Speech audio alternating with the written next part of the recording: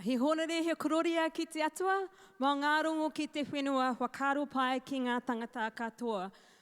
Te mea tuatahi, ka mihi ki te atua te kaihanga o ngā mea katoa, tēnā koe e pā. Te mea tuarua, ka mihi ki te mana whenua o te rohene, e Ngāti Haua, tēnā koutou.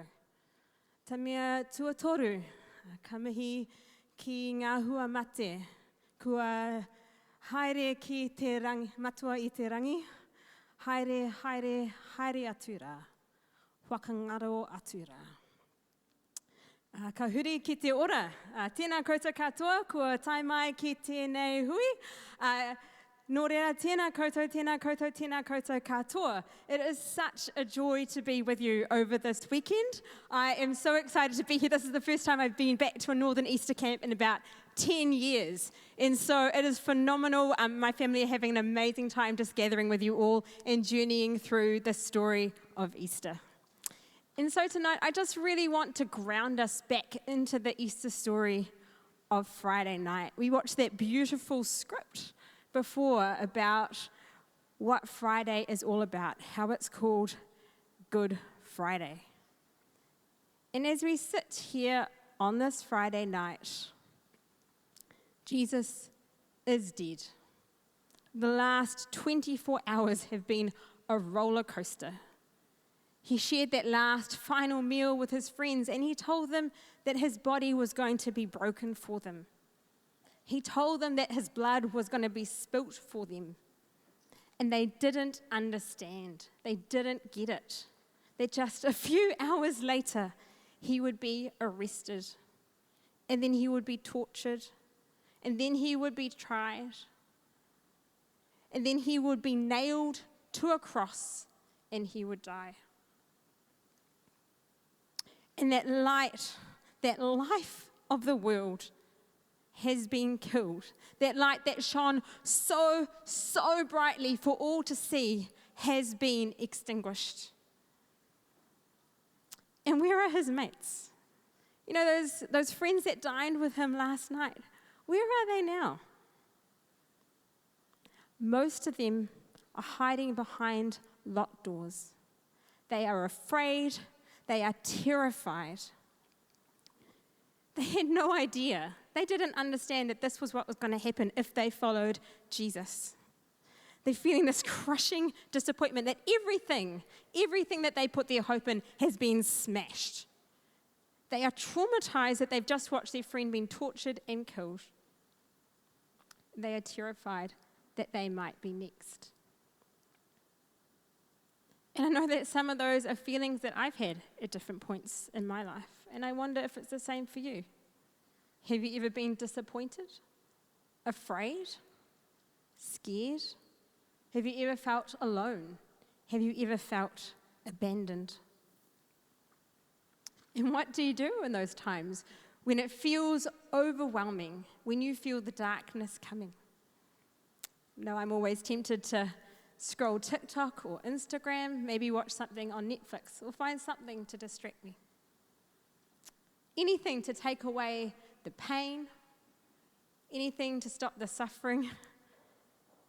But it's not possible to ignore it forever. We can't put it on pause forever. There's always going to be war and violence, both within us and around us. There's going to be pain and suffering. There's going to be things that cause us to be fearful, to be anxious, that cause us to be disappointed, that cause us to feel defeat. And at times it will feel overwhelming. At times it will crush us. Blue told us last night that darkness cannot be measured. But that doesn't mean that we don't feel it. It's just a normal part of living as a human in this world. It's a part of living in the brokenness of this world. And when we feel the darkness pressing in, we ask, or maybe we scream, "Where are you, God?" And what is the point of following a God who allows themselves to be killed? And so when I think about Jesus' mates and how they were cowering in the dark, I can understand. I can think, oh yeah, maybe they were onto something. I would be scared too. But then I think about all the stories that we've already heard, and I realize that they were really fast to forget what it was like when Jesus was alive. They have forgotten in the dark what it was like to be with the light. They have forgotten in the dark what it was like to be with the light. Because when they had Jesus, they were full of hope. There was something about this Jesus that sparked their imagination, that gave them a hope for the future, not just for their own lives, but for the entire world. In his lifetime, everywhere he went, Jesus flooded the world with light. You know, Jesus took this group of tamariki that nobody else cared about and said, there is nobody more important. Jesus flooded the world with light. Jesus noticed a gang enforcer at the market, and over a kai he invited him to be part of his inner crew. Jesus flooded the world with light. He stood up for and rescued this woman who was being shamed publicly. Jesus flooded the world with light. Jesus met a tortured man in a cemetery, and Jesus got rid of the abusers and gave this man peace. Jesus flooded his world with light. Jesus rocked up to a thieving, bullying debt collector and ate with him as a forgiven friend. Jesus flooded the world with light. Jesus met a woman over a water cooler, and he had a yarn with her, and he heard her story, and he saw to the heart of her brokenness and filled her with new purpose and new life. Jesus flooded the world with light. And then Jesus' mate died. And after he took time to grieve and share tears with the whānau, he raised his friend back to life. Jesus flooded the world with light. And then today, Jesus was unjustly tortured and tried, and he still refused to fight violence with violence. Jesus flooded the world with light. And that's why Jesus was tortured and killed. Because Jesus' light threatened to drive out the power of darkness. And it seems so strange, right? It seems so strange that people would choose darkness over light. But Michael reminded us this morning that actually that's the pattern of all of human history. We do it over and over and over again. I was born in a country called Sri Lanka, and I was born right after the beginning of a civil war. My family were really fortunate in that we were accepted to come to Aotearoa, New Zealand, and so we moved here just after I turned 1. But for my entire life, I have grieved for my homeland. I have watched it being destroyed from decades of war. I have seen videos and heard stories of the most horrific violence and abuse. I've seen as the people who are meant to be in power that help others actually cause suffering and abuse their positions of power. It has been horrendous. And I have never lived in this world thinking that it wasn't a place where there is brokenness and darkness. And I have seen how easy it is. It is so easy for people to choose darkness over the light. And I've observed that suffering here within the relative comfort and safety of Aotearoa. And so the things that I faced in my own life have been quite different. As I mentioned earlier, my family moved to Mount Roskill where I grew up. And I had a beautiful upbringing in a Christian household. And my family were really welcomed by everyone we met. And still, I knew I was different. And then when I was just starting kindy, my family decided that, maybe we'd try America and we'd give that a go. So we went and lived there for a few years. And we lived in this small town. And again, I knew that I was different and I didn't quite belong or fit there. And then they decided that actually living in New Zealand was better than living in America, and so we came back. And there weren't that many Sri Lankan kids with American accents at my primary school. And so once again, there I was, not quite sure where I fitted and where I belonged. And it was just this recurring theme because I could never quite figure out who I was and where did I belong. And so that's the sort of posture that I entered high school in. Where do I belong? Where do I fit in? And a whole bunch of my mates, they were starting to experiment with different drugs and alcohol to try and figure out how to just kind of numb those questions within them. And I desperately, desperately wanted to belong. And I recognize that my questions about identity might seem quite small and insignificant in the grand scheme of all the things happening in the world right now. But they weren't too small for Jesus. And so when I was 15, I came to this Northern Eastern camp. And even though I'd heard all those stories about Jesus before, something just landed for me, And all those questions that I had, quite literally, I saw the light. And Jesus' light flooded the darkest places of me. He answered my deepest questions. Who am I? I'm a child of God. Where do I belong? Oh, I'm part of God's family. What's my purpose in life? To go offer that same light to the rest of the world. And while it doesn't sound like it was that life-changing, my life has never looked the same again. And so when I went back to my life after camp, I wasn't asking those same questions anymore, but I still hung out with my mates. I still went to those same parties, but I didn't need drugs and alcohol to have a good time.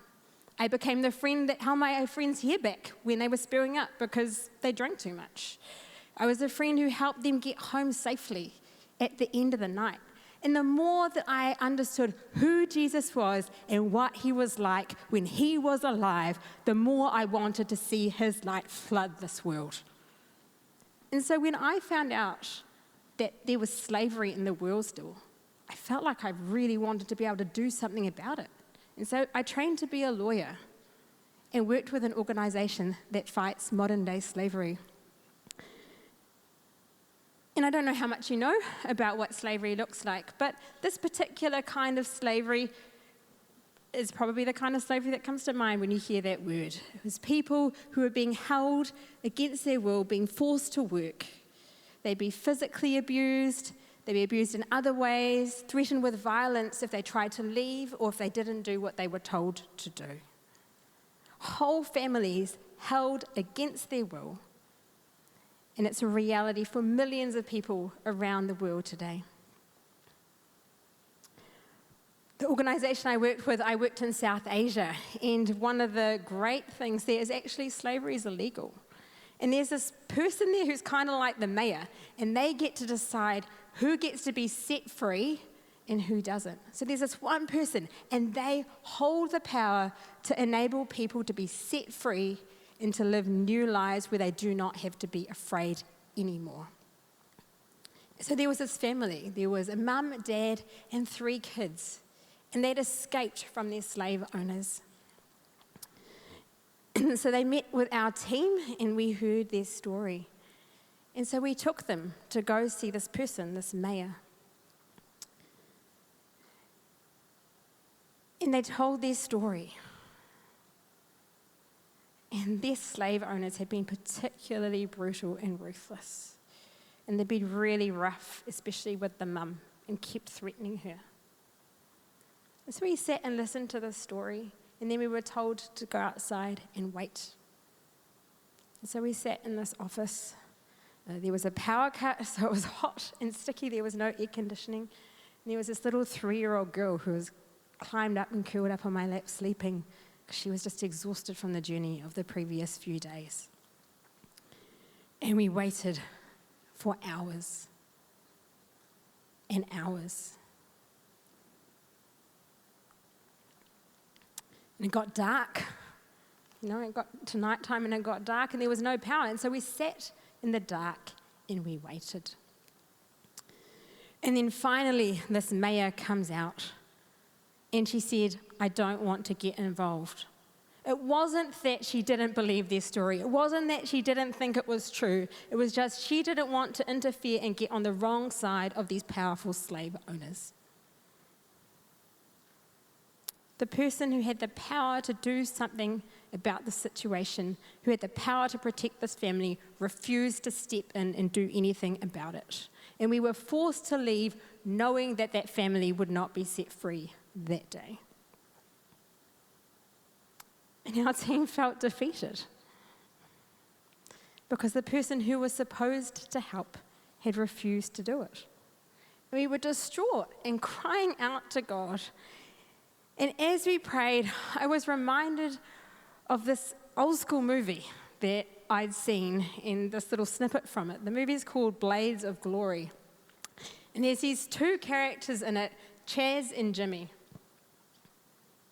And Chaz says, the dark's a very night time for me. And Jimmy says back, the night's a dark time for everyone.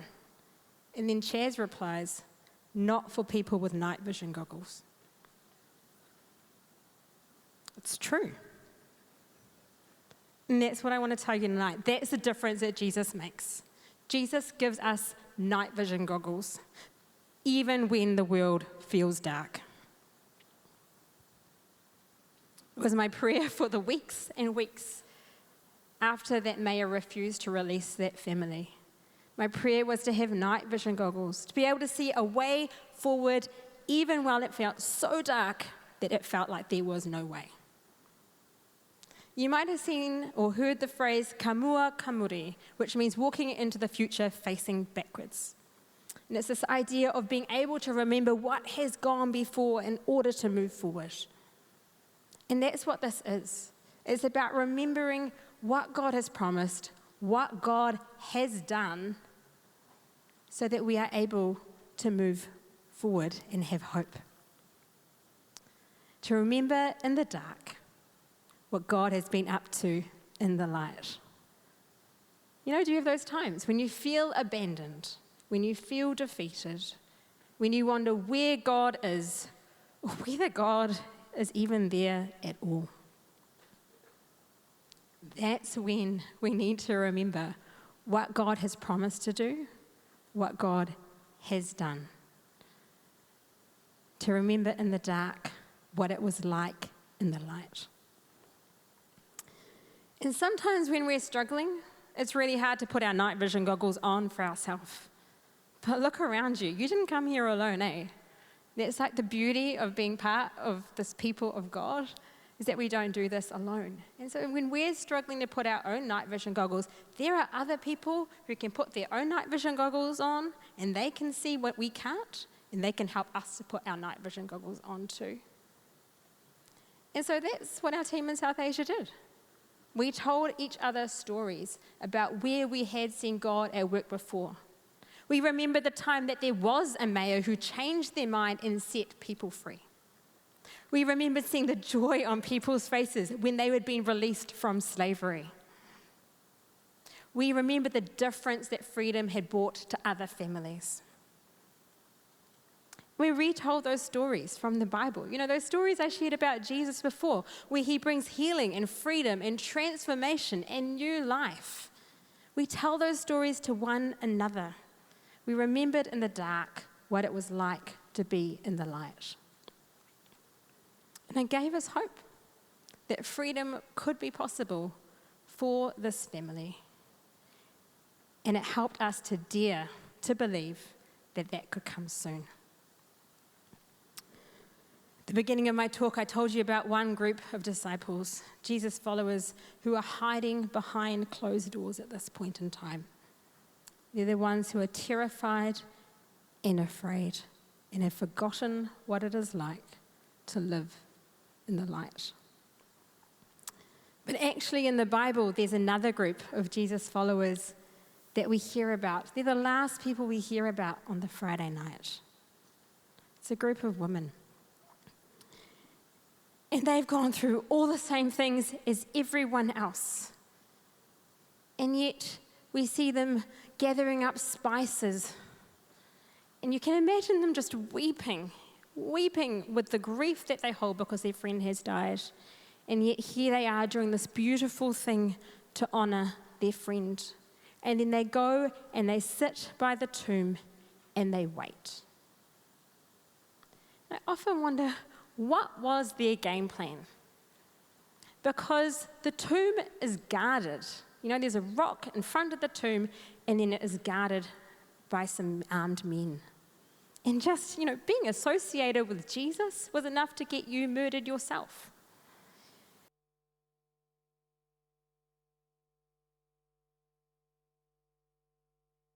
That tomb and wait. They put on their night vision goggles. And so when we follow Jesus, we hold on to that hope that things can change now and they will change in the future. Dawn always follows the night. And so we know that even in the darkness, God is still at work. Even in the tomb, God is still at work. And friends, that's the promise of Good Friday. That if we have the courage to put on our night vision goggles, we get the chance to see what God is up to. Amen.